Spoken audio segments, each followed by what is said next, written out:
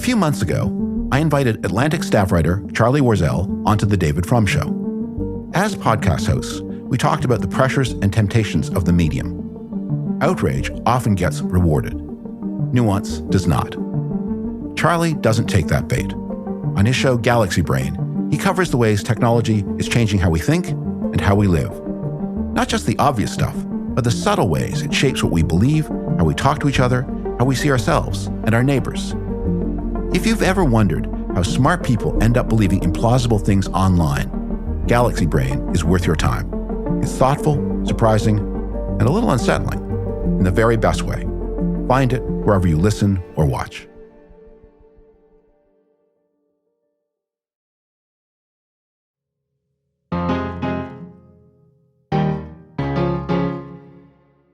We're going to have a conversation about the end of reading today. This idea, proposed in the most recent Atlantic cover story, is that the age of reading is turning out to be a short anomaly in human history, and that we are fast entering a post-literate society. But before we do that, I want you to think about the arc of your own relationship with books. How did you read as a kid? In school? When did that change? Did you notice it change? What's the last book that you read, absorbed, and enjoyed? I'm Hanna Rosin. This is Radio Atlantic. I'm guessing that you've heard someone lament about how students in middle school, high school, or even in college don't read books anymore. Maybe you have a teacher friend who complains about having to assign excerpts or increasingly simple texts. Maybe you are a young student and books seem annoying and time-consuming to you. Or maybe you're an adult and just find yourself trying to read, but instead reaching for your phone every couple of pages. The argument we're discussing today is much broader than mere phone distraction and spans back to ancient Egypt. It's about how reading shaped the human mind and then human society, and how that's now veering in a different direction. Do you think more people actually read your full article or heard about the debate on TikTok? I hope that people read it, but I don't know.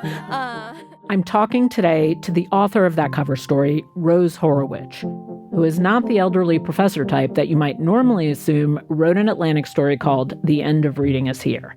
So funny because I initially had a joke in there, like, you probably think I'm retirement age reading this whole piece. Rose is actually in her 20s. Yes. She did grow up learning to love to read. But then as she got older, she found it harder.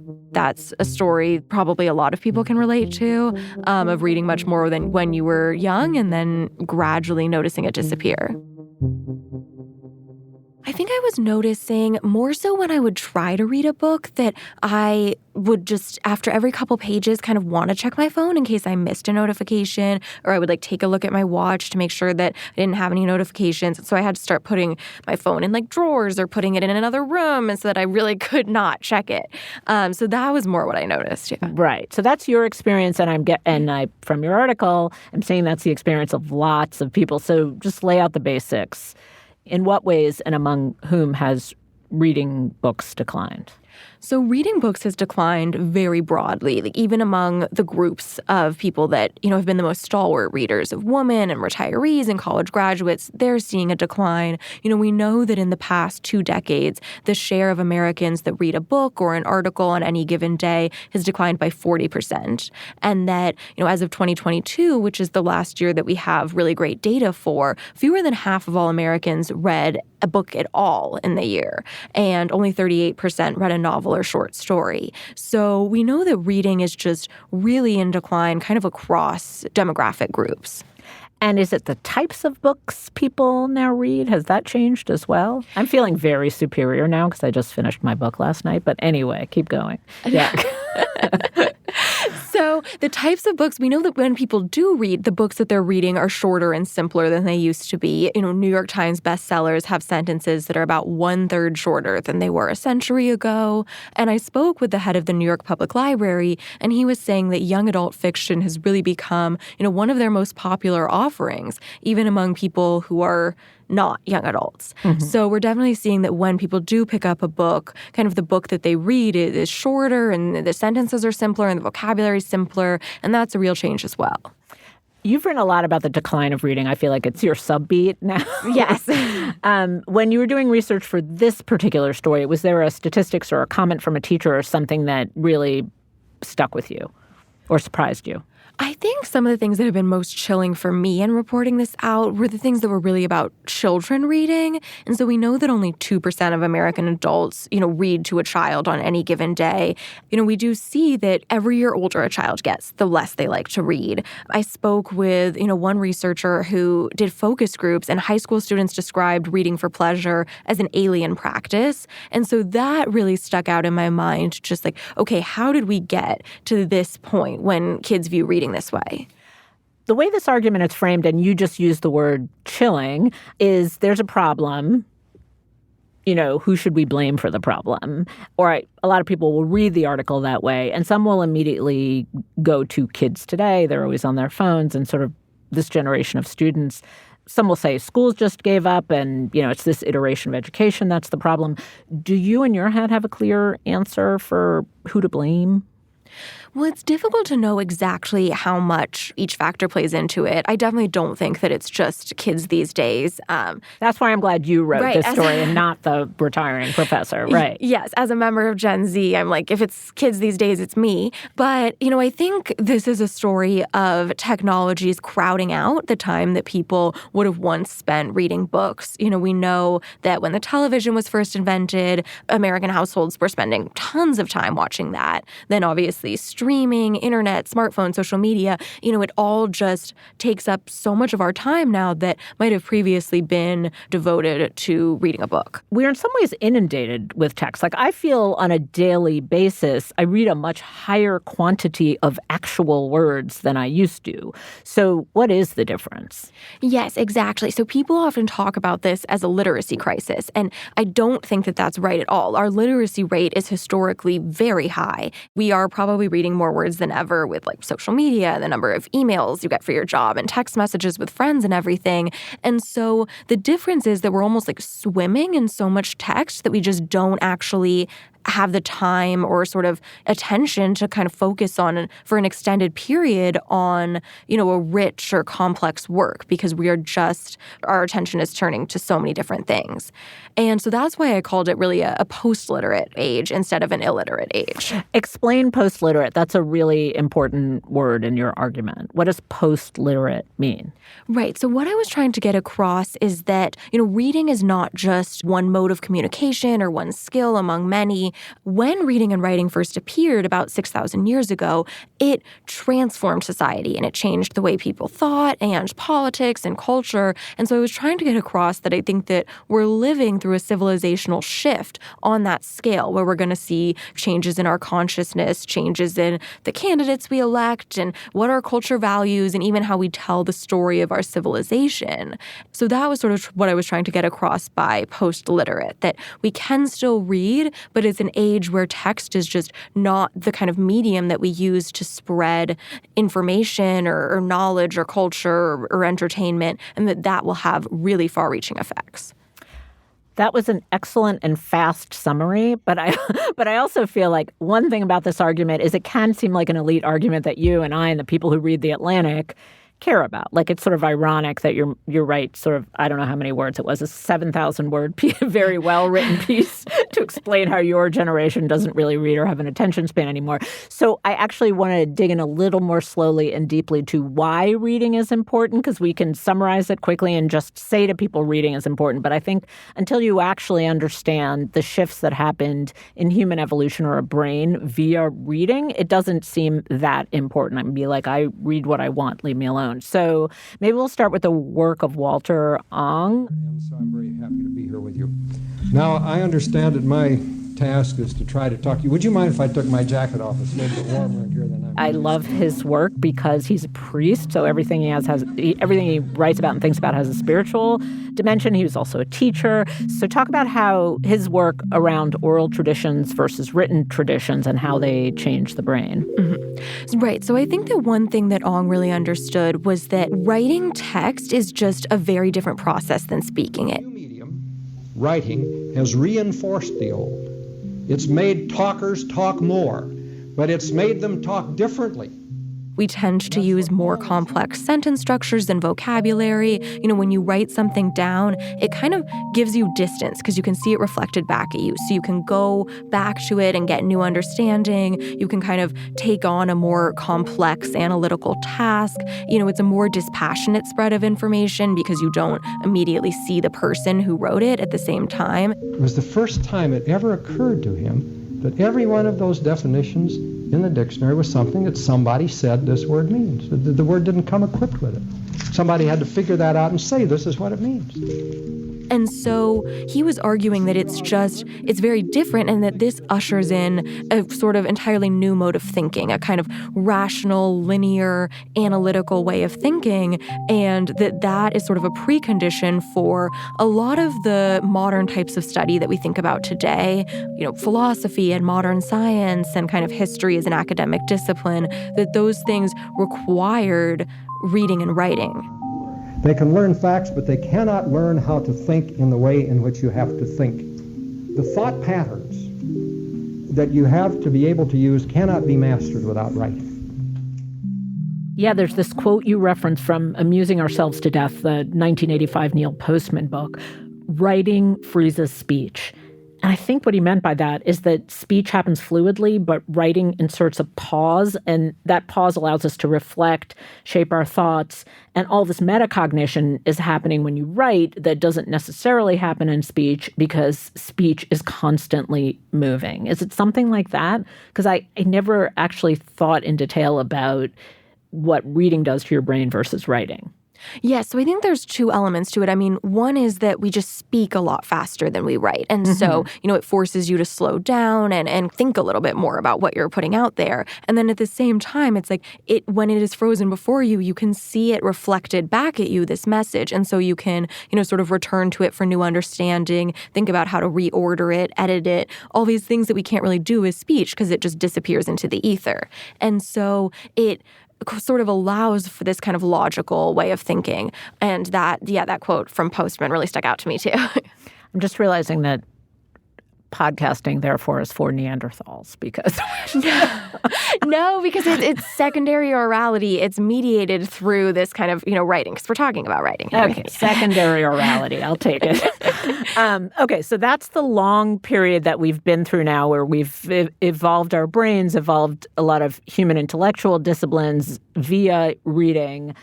And now we're entering towards post-literacy. What are the characteristics of a post-literate society as opposed to the literate society you just explained? Yeah, so as part of my reporting for this piece, I interviewed a lot of cognitive scientists and was kind of trying to understand, okay, what does happen to our consciousness? And, I think what we see is that we know from neuroscience that what you practice is what your brain gets good at. And so as we're reading less, we're going to have less background knowledge to aid in comprehension. We're kind of going to have a less rational, analytical, mode of thinking. We're sort of more accustomed to switching our attention and less accustomed to a kind of linear, extended focus on something. Even 2 decades ago, the average attention span on a screen was 2.5 minutes. And 5 years ago, it was 47 seconds. There's sometimes when you describe it dispassionately, it almost sounds like a superpower, because its speed is often thought of as good. Like we test students on how quickly they can do things. Tests are always timed. So I don't know, just as you were talking, I was thinking, could speed be some kind of intellectual superpower that we just don't understand yet? Right. Well, I was trying to leave open that possibility. We do see, even as we see on tests, that, it appears that IQs have been declining for the past, 2 decades. At the same time, we are doing better on some forms of spatial rotation. So I definitely wanted to leave open the possibility that there could be these cognitive benefits that we just don't understand, and that this is a trade-off, but what we get will end up being worth it. And I think it's too soon to tell if that's possible. After the break, who might thrive in a post-literate society? A clue. He's currently president.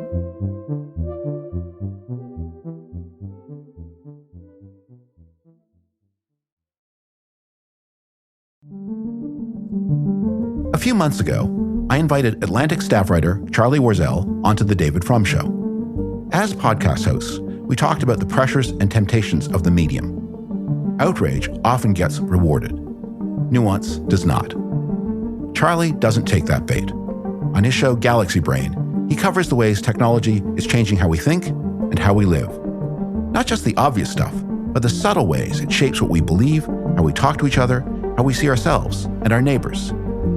If you've ever wondered how smart people end up believing implausible things online, Galaxy Brain is worth your time. It's thoughtful, surprising, and a little unsettling in the very best way. Find it wherever you listen or watch.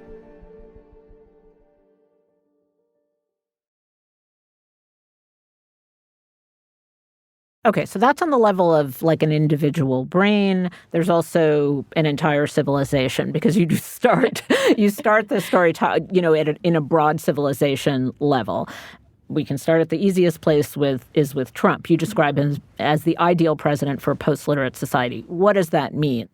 Yeah, so what I meant by that was that it's sort of difficult to imagine Trump being elected in a country where information is primarily spread through text. But he really understands how to kind of grab attention and keep it in this post-literate age. So, we see that he actually has kind of retrieved a lot of conventions from pre-literate times. He contradicts himself as though there's no record of what he said before.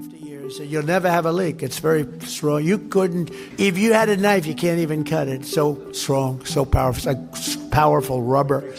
National Guard and police have been all over the mall. How would these vandals have gotten so close to do something like that?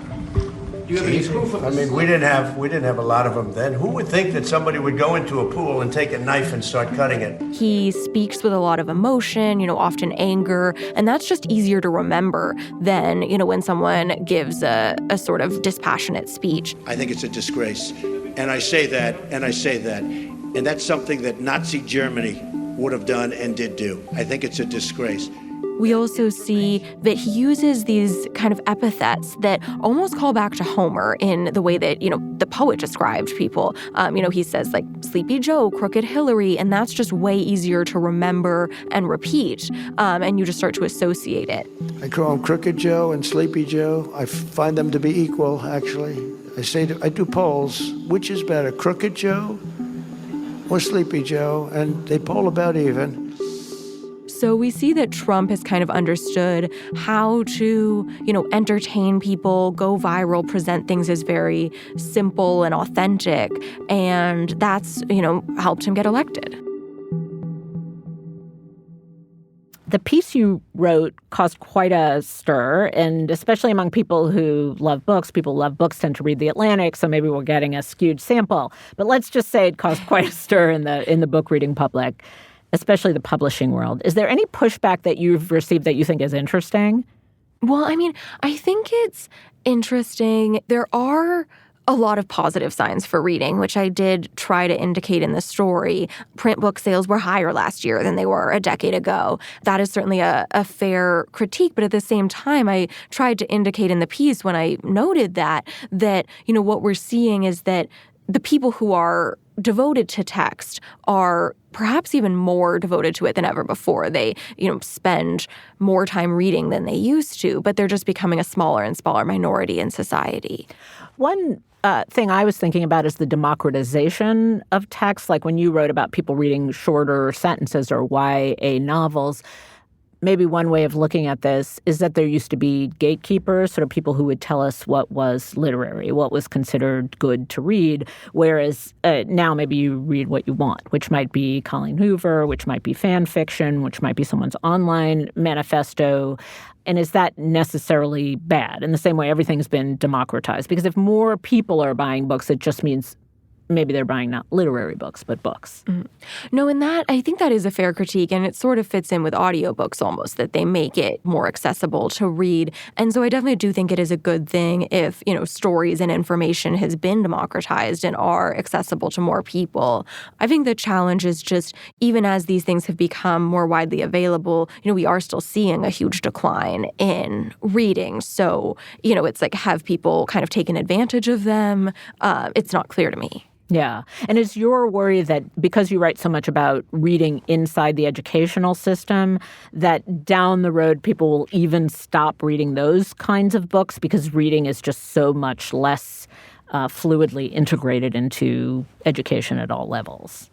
Definitely, we see in schools that teachers are just assigning far fewer books. I think a survey from last year found that most middle and high school teachers assign between 0 and 4 books a year. And so we do see a big change where there's a lot more emphasis on excerpts and on reading comprehension drills.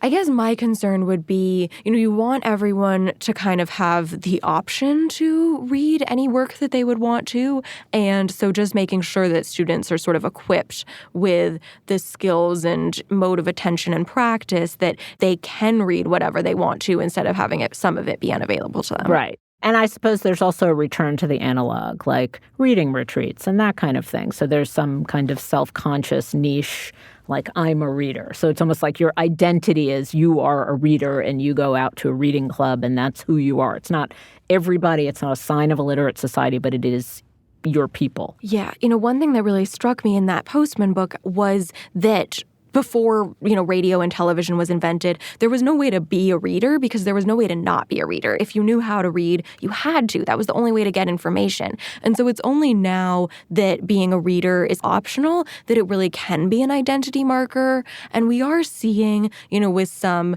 young people that there really is this drive towards more analog technologies. It seems to be a backlash to living in like a digital age where everything feels ephemeral. I spoke with the head of the Cleveland Public Library, and he was saying that the young people that come in, they want a print book because they want something that feels like tangible and concrete and that they can hold. So there certainly is that countervailing sign. I know. It's so funny. It's like a print book is like a vinyl record. Like there will be stores that are like, we sell books and vinyl records. The bombshell of AI, one thing I noticed is that AI has an oddly formal way of speaking to you. Like it's more like the letters you quoted from the average Civil War soldier than it is like texting, and so I know that superficially it seems like, of course, AI will destroy deep thinking and reading, but I also sense that AI returns a level of kind of full sentences, formality, like here is how you should think through things. There is a kind of return to discipline in what it's presenting to you in a way that I find interesting. Mm-hmm.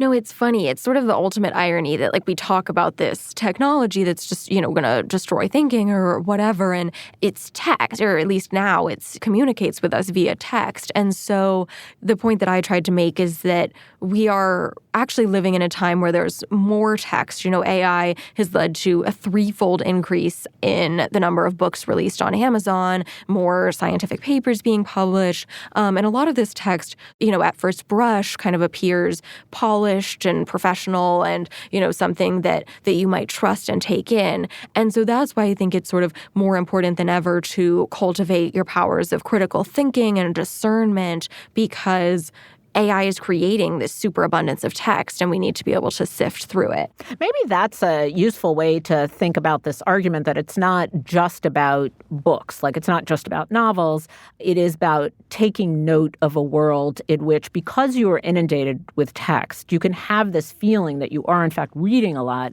but maybe pay attention to the ways in which whatever reading you're doing is eroding an ability to think critically, think deeply, think independently. Just note that evolution or change. No, and I think that has been true for so long. But I mean, one thing that I think we might be seeing now is that, for a while at least, a lot of information on social media was presented in text. And now, we sort of see with new capabilities just so much more short form video. The United States of America is becoming post-literate. The end of reading is here, so I want to talk about why this is a reality that I refuse to accept. Over the weekend, I read The Atlantic's August cover story. According to the National Endowment for the Arts, fewer than half of American adults reported having read any book in 2022. So I do wonder if we will get to a point where we're not even reading more text because it's just videos now. I'm about to talk about the death of reading on the app that is allegedly killing it. Stay with me. I read a piece in The Atlantic. Yeah, there was a really interesting interview with one of the leading figures at the New York Times who talked about the Times shifting very explicitly towards video. And that seemed like a moment. I mean, partly just because we're journalists, but we do think of the New York Times as like a bastion of sort of literary straight news gathering. So it's something interesting in them acknowledging the future is video. Like, we haven't really even talked about that. We've been pretending as if we're going to continue to live in a world inundated with text, but that may not be true at all. I know you interviewed a lot of professors, researchers. Did they have ideas beyond, woe is me, I wish more people would read books? Like, did they have sort of method strategies, anything they employed that wasn't just kind of do like we used to do? Well, I think there are some signs that there's a little bit of a backlash brewing. Certainly we see it against tech in schools, states banning cell phones during the school day. And that, when Texas did so, a district in Dallas saw 200,000 more library books checked out. So I think that... Wait, explain the experiment again. What exactly happened? So Texas banned cell phones during the school day, and nearly 24 states did it. And then the year after that happened, there were 200,000 more library books checked out at this Dallas school district than there had been the year before. So it did seem that, I guess when people kind of had more time and there was nothing else they could do, they were like, okay, I'll read a book. That actually seems very simple and significant because so many schools are banning cell phones during the day that it's just out of sheer boredom. You're like, okay, fine, I'll read a book. Like, my teacher says it's interesting. I'll try it out. Right, exactly. And so we don't know that it inherently leads to like better grades or people doing better in schools. It seems like the evidence is mixed there, but it does seem like it definitely forces people to just, okay, we have so much more time back, so either we're going to hang out with each other, we're going to get a book, maybe do all of the above. So that's a change. But in terms of things that we can do to kind of address this, I guess the challenge is, because I think it is such a big shift, it would require something of similar magnitude to move back to reading if that's something that we decide is worth it and something we're not willing to give up. And here I think it's kind of useful to return to how I opened the essay, which is with this metaphor about the Library of Alexandria.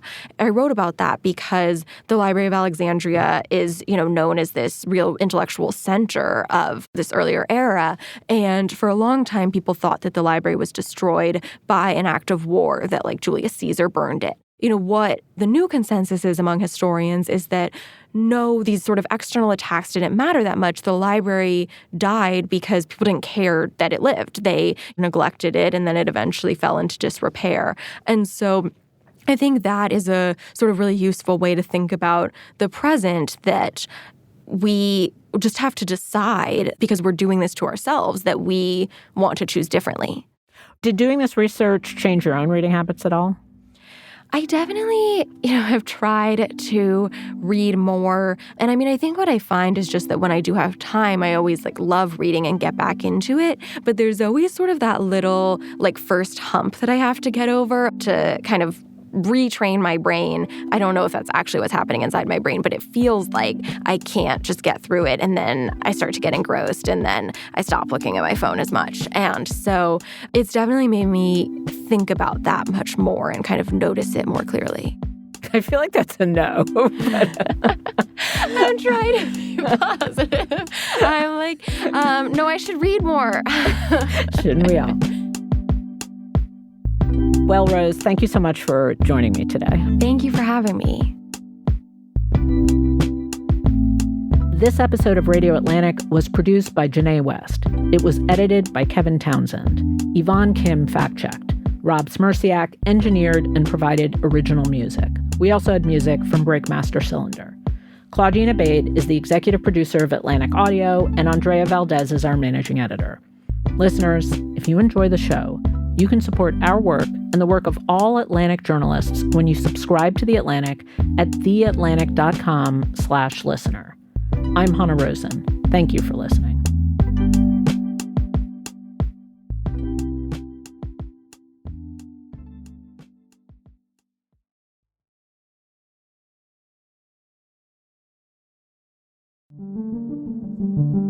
A few months ago, I invited Atlantic staff writer Charlie Warzel onto The David Frum Show. As podcast hosts, we talked about the pressures and temptations of the medium. Outrage often gets rewarded. Nuance does not. Charlie doesn't take that bait. On his show Galaxy Brain, he covers the ways technology is changing how we think and how we live. Not just the obvious stuff, but the subtle ways it shapes what we believe, how we talk to each other, how we see ourselves and our neighbors. If you've ever wondered how smart people end up believing implausible things online, Galaxy Brain is worth your time. It's thoughtful, surprising, and a little unsettling in the very best way. Find it wherever you listen or watch.